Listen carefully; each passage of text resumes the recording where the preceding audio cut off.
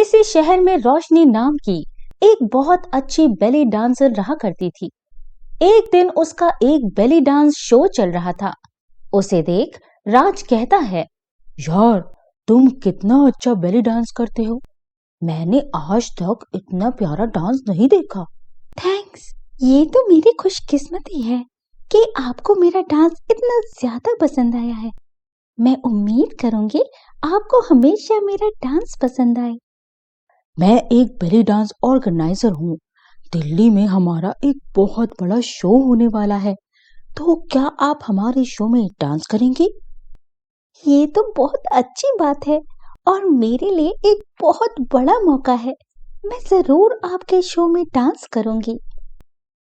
रोशनी और राज दोनों बातें कर रहे थे। उनकी ये सारी बातें पास में खड़ी मधु सुन रही थी। मधु भी एक बेली डांसर थी, लेकिन रोशनी के डांस के आगे लोग उसको पूछते भी नहीं थे। राज रोशनी को डांस करने का मौका दे रहा है, ये सुनकर मधु और खिलस जाती है। अगले दिन जब रोशनी अपने प्रोग्राम के लिए प्रैक्टिस कर रही थी, तभी वहां पर मधु तेल गिरा देती है और डांस करते करते रोशनी का पैर फिसल जाता है और उसके सैंडल टूट जाते हैं।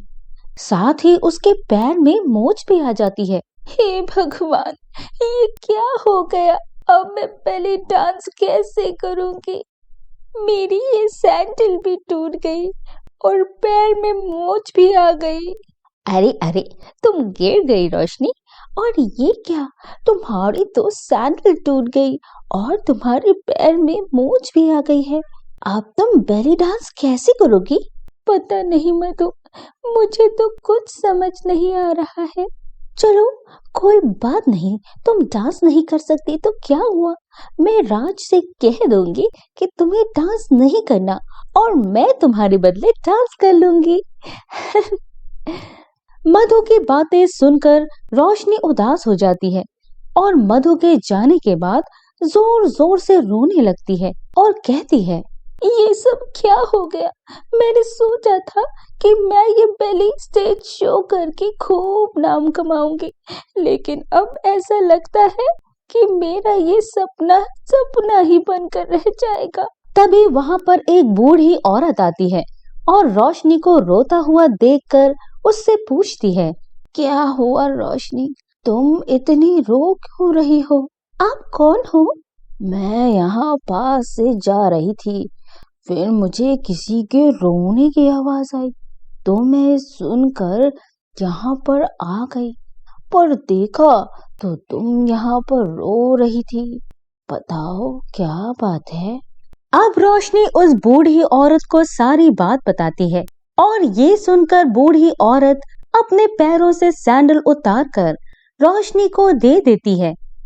ये सैंडल दिखने में काफी ज्यादा सुंदर थी और बहुत ही अनोखी भी लग रही थी, जिन्हें देखकर रोशनी कहती है, ये तो बहुत ही सुंदर सैंडल है, पर आप मुझे ये क्यों दे रही हैं? क्योंकि ये जादुई सैंडल हैं, इन्हें पहनोगी तो तुम्हारा पैर ठीक हो जाएगा और तुम इससे बहुत अच्छा डांस कर पाओगी। ऐसे कैसे हो सकता है? भला ये जादुई सैंडल कैसे हो सकते हैं? आप कौन हो? रोशनी के इतना कहने पर ही वो बूढ़ी औरत एक बहुत ही सुंदर परी में तब्दील हो जाती है और उसे देखकर रोशनी को अपनी आंखों पर यकीन नहीं होता और वो उससे कहती है, तुम कौन हो और यहाँ कैसे आई? मैं आसमान की एक जादुई परी हूँ, जो लोगों के दुखों को अपने जादू से दूर करती हूँ। मुझे तुम्हारे रोने की आवाज आई, तो मैं तुम्हारे दुखों को दूर करने के लिए आ गई। बताओ मुझे, तुम्हें क्या परेशानी है? क्या कहा? आसमान की जादुई परी? पर ये सब तो सिर्फ सपनों या जादुई कहानियों में होता है, ये सच थोड़ी होता है। जो अच्छे लोग होते हैं, जिनका मन और काम सच्चा और अच्छा होता है, उनके साथ ये सब सच में होता है। जैसे तुम्हारे साथ अभी जो हो रहा है वो सच है। अब रोशनी परी को पूरी बात बताती है, जिसके बाद परी आसमान में अपनी जादुई छड़ी को घुमाती है, जिसके बाद रोशनी के सामने एक जादुई सैंडल आ जाते हैं जो कि बहुत सुंदर थे। ये तो बहुत सुंदर सैंडल है। देखो, ये एक जादुई सैंडल है। इन्हें पहनने के बाद तुम्हारे पैर की मोच भी ठीक हो जाएगी और सभी लोग तुम्हारे बेली डांस से नजर नहीं हटा पाएंगे।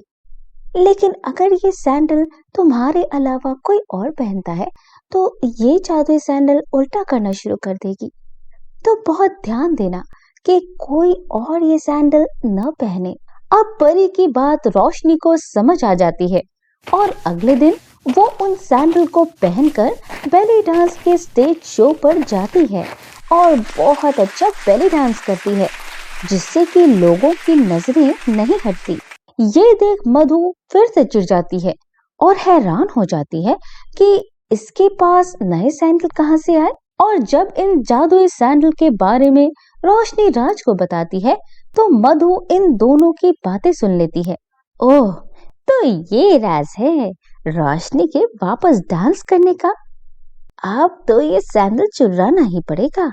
अगर मैंने ये जादुई सैंडल पहनकर डांस किया तो सब रोशनी को भूल जाएंगे और मैं ही एक सबसे अच्छी बेली डांसर बन जाऊंगी।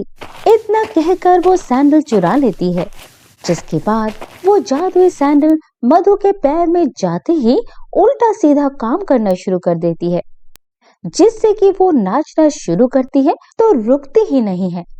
और जब रोशनी को पता चलता है कि मधु ने सैंडल चुराए हैं, फिर वो बड़ी मुश्किल से उन सैंडल को मधु के पैर से निकाल देती है। और अब मधु रोशनी को थैंक्स और सॉरी कहती है।